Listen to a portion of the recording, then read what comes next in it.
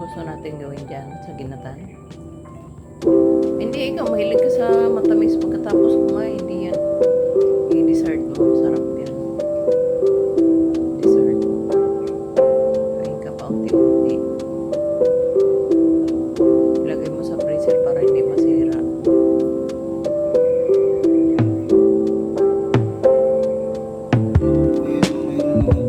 Mga usbong na.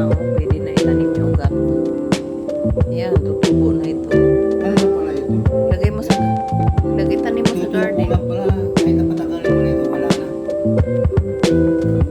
Ano na yan talaga. Tutubo na talaga yan. Kasi ano na, may usbong na yung Yung walang ganyan. hindi. Hindi, Kaya lang. Tayo pa ng pero yung dilaw na dilaw. walang ganyan. Hinayos na halong pangayos na.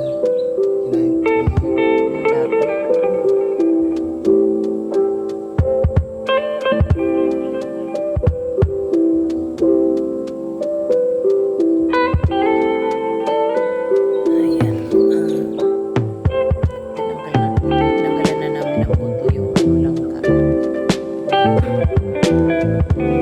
Pang para sa ginatan. Pang ginatan to. At ito mahaba, kulay dilaw, matamis.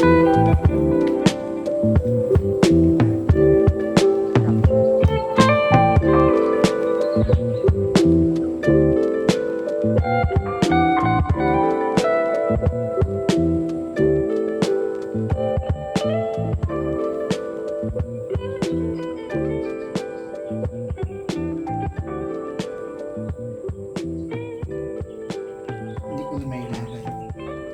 Hindi pa. Sarap na yung butol. Ang dami.